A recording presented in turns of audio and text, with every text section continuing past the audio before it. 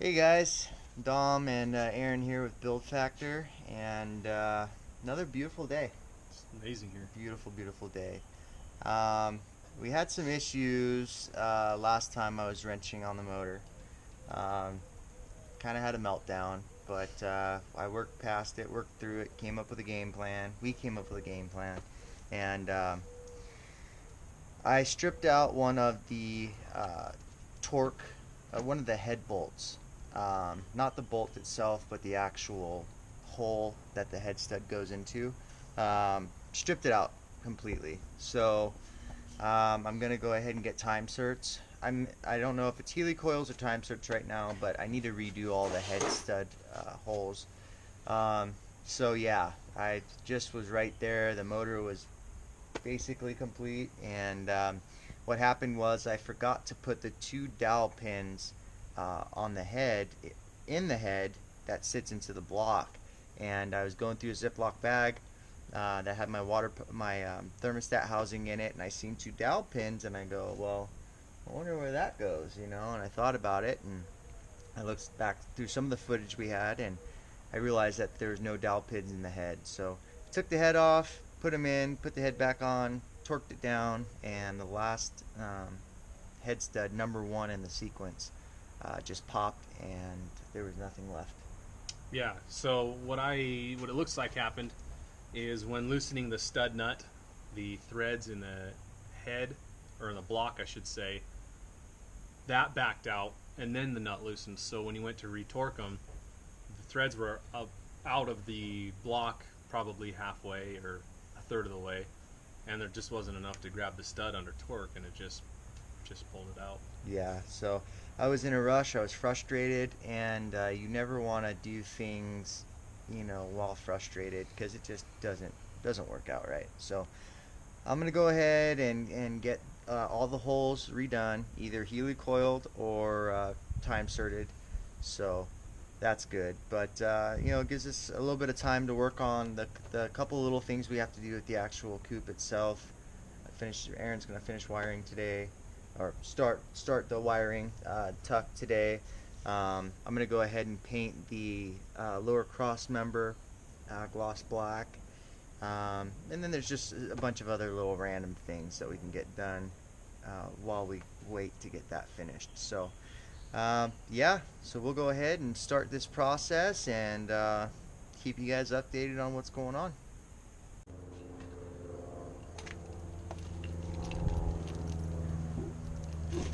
Alright guys, so Aaron already got this lower cross member um, Aaron already got this lower cross member sanded. He wet sanded it. So now there's just a bunch of dust, lots of sand dust on it, stuff like that.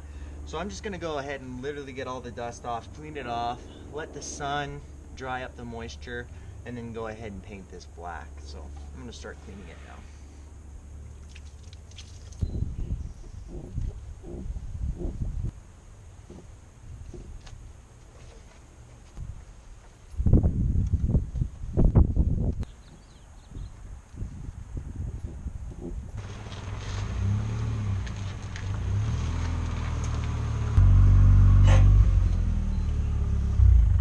Cool. Is that going to be too close? All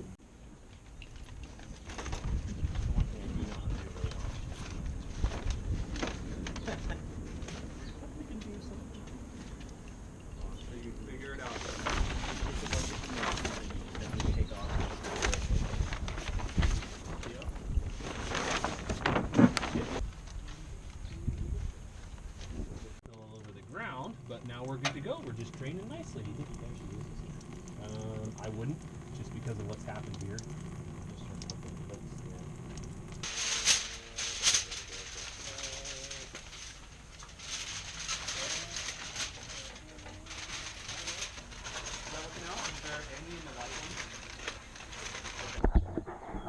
Alright guys, so I got basically all of the firewall covered and the insides here.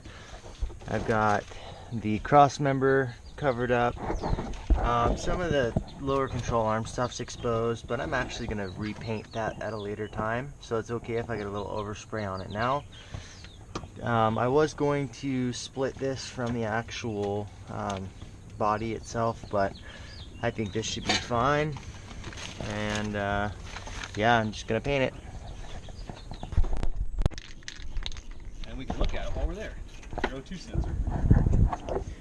Yes, that would be good. All right, Aaron, what are you doing? Well, I'm gonna remove this O2 sensor. Looks like the wire's been kind of frayed before the casing, and I just don't want to do it in. So I'm gonna take the O2 sensor off since it kind of sticks out like a sore thumb.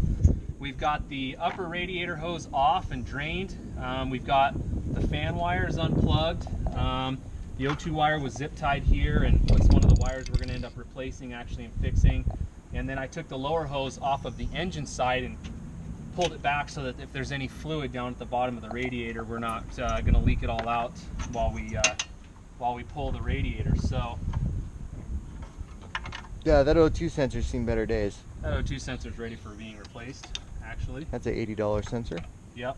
Okay, so seems like, oh, and we've got our, these were literally just one 12mm head bolt holding these brackets on. The rubber on the brackets is in really good shape, actually, surprisingly. There's no corrosion or anything like that. The rubber's not dry rotted, so those look good. Those can go back on for now. Everything's double checked. My connections are undone here. Fan on this side's undone. Fan on this side's undone. Hoses are undone. My overflow bottle was just a quick, spring pin you can do with your thumb and forefinger and pulled it off. So it looks like we're ready to gently lift this radiator out of here. So there we go. There it is. Obviously, there's some.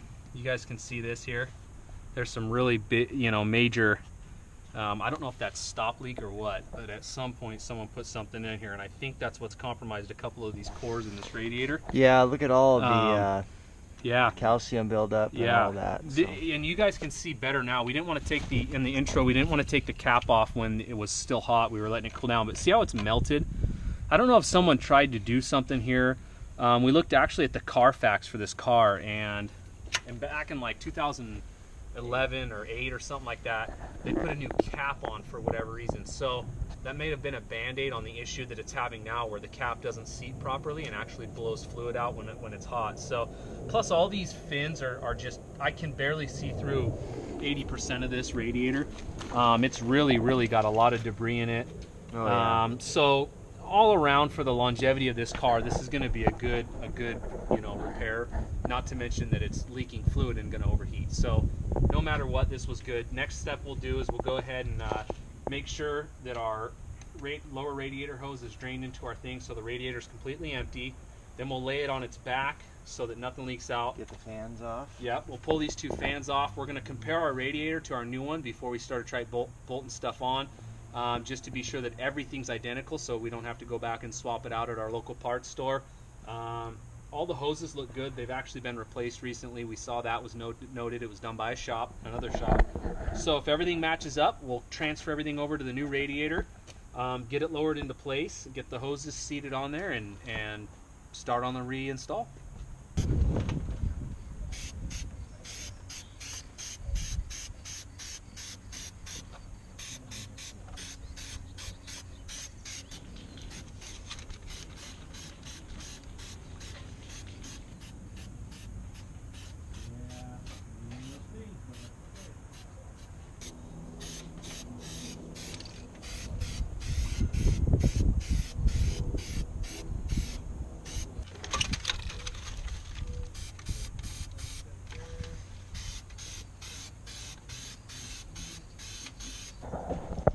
Tacked up now, I wouldn't. What I usually do is when that happens, I take my finger and kind of swirl it around in there.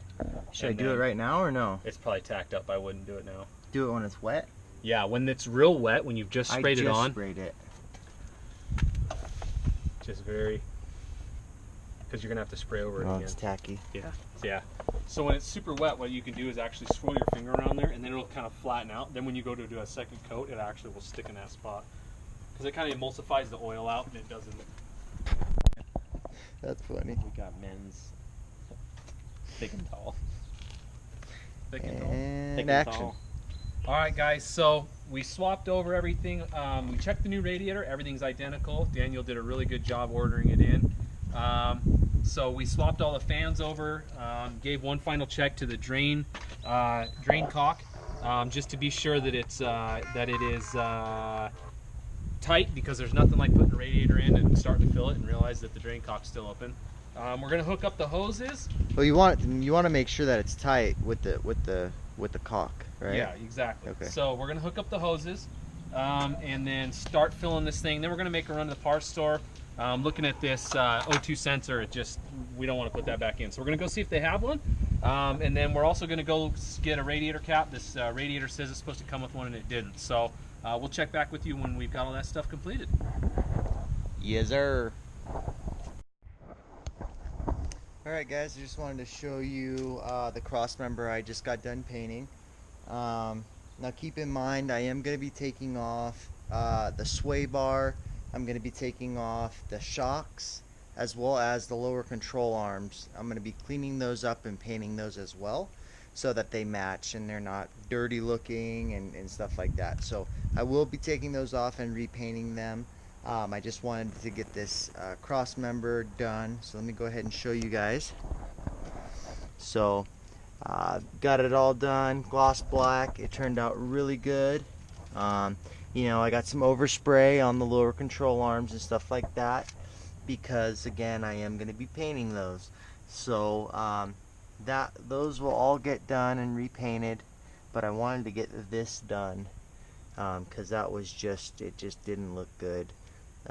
So got that done, and we'll go ahead and at a later time we'll get the lower control arms off, the sway bar off, and all that. I'll clean them, paint them, so that it's all done. And so when you open this hood, all you see is beautiful, nice paint. The engine will look amazing. The bay looks amazing. You're not going to see much of that lower frame, but the parts that you do see, like here, they'll look great, as well as the matching gloss black. I even might go red, Chrysler red, on the control arms and sway bar, just to offset it a little bit. So there you go guys, got that painted, got that done. I'm going to go ahead and knock a couple other things out now. Alright guys, so we got the radiator in. We had to go and get another hose and match it up.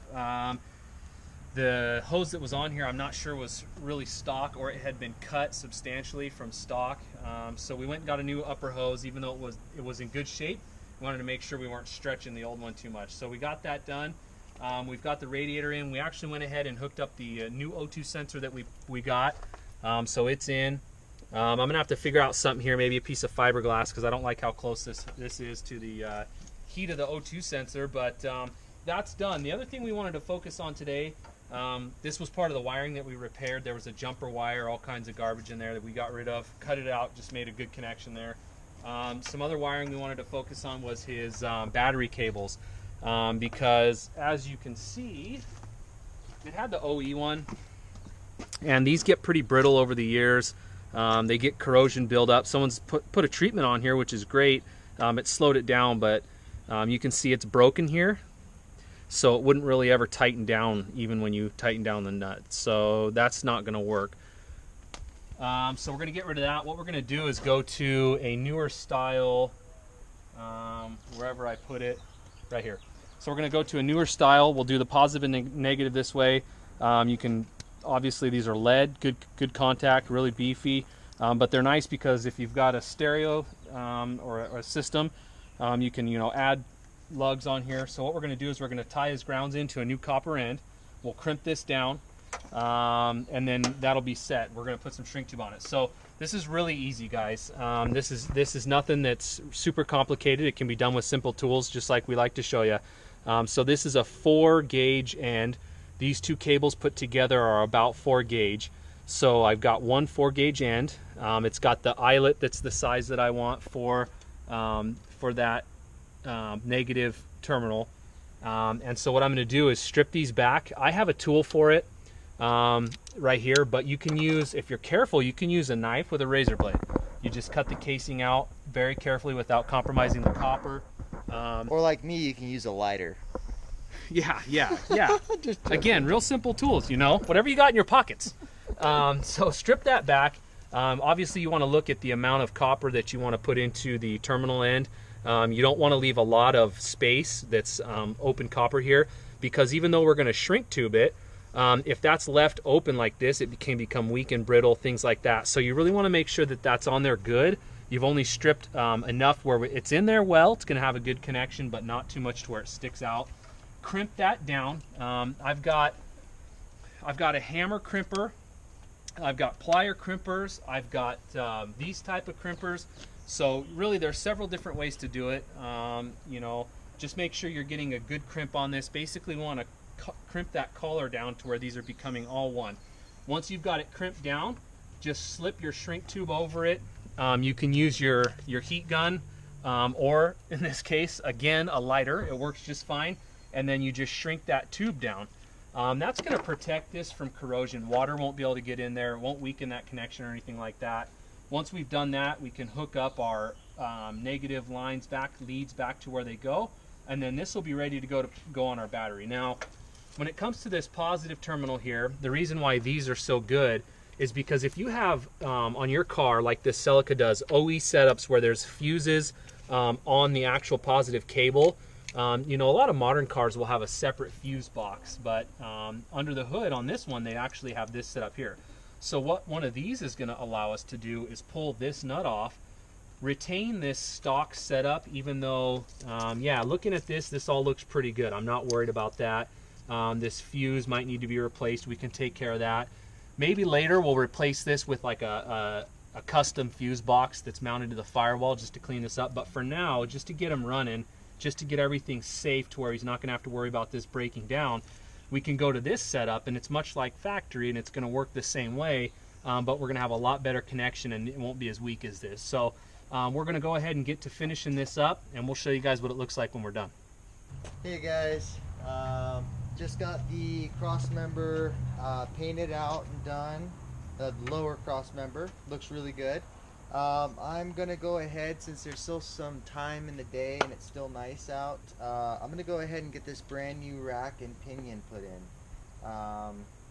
Really stoked about it. My old rack was blown out. I had tons of wheel play, and so this kit came from Detroit Axle. It comes with everything. It's a 5-piece kit, brand new rack. Obviously I'm not doing power steering on this, so it's a manual rack. And it's got the lower ball joints, it's got the tie rod ends, it's got everything. So I'm going to go ahead and start getting that done now. Just wanted to show you guys, this is the brand new rack from Detroit Axle. It looks like it's put together really well. It is brand new, it is not remanufactured.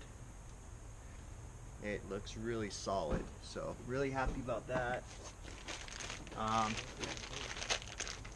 Like I said just a minute ago, it comes with the brand new lower ball joints, Cool, let's go get an end for that.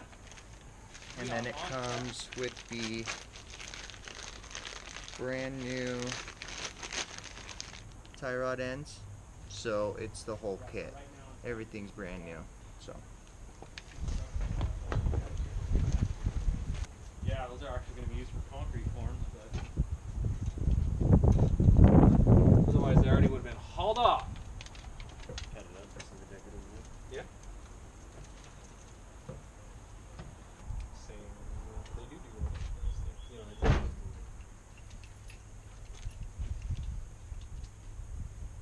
So yeah, this is the piece that goes on the firewall.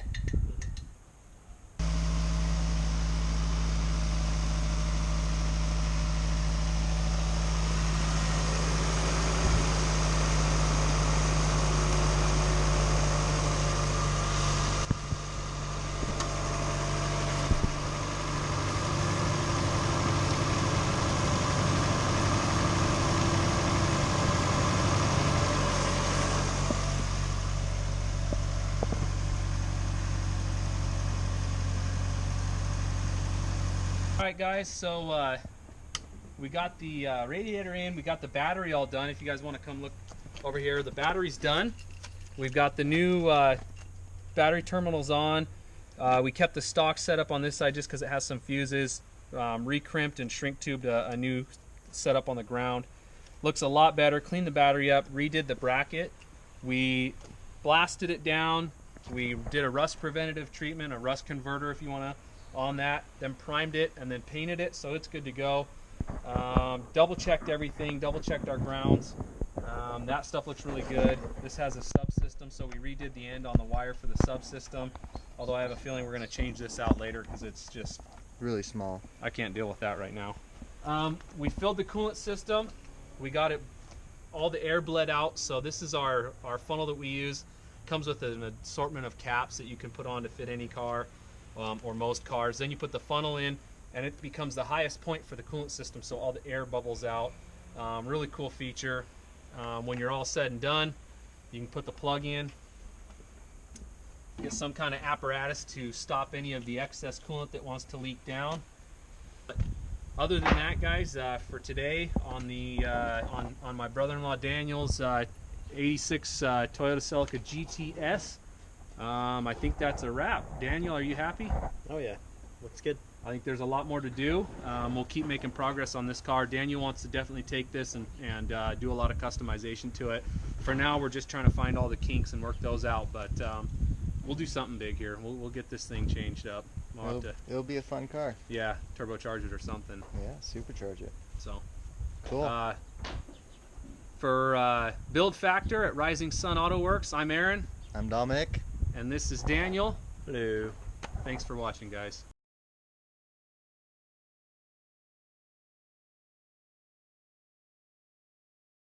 Like and subscribe. See ya. So went ahead and got the rack partially installed. I ran into an issue. So this car came with a power steering unit, and I went ahead and got a manual rack for this car. The issue that I ran into with putting it in is the actual shaft is a lot thinner than the power steering shaft. So the bracket that actually holds this portion on, it's actually way bigger. So there's a lot of play in here. It doesn't sit close to this bushing at all. So I'm going to need to go ahead and find the actual bracket that fits on here so that it's held snug, because obviously you don't want any play in that unit at all. We're also going to have to find the new boot that goes onto from point A to point B.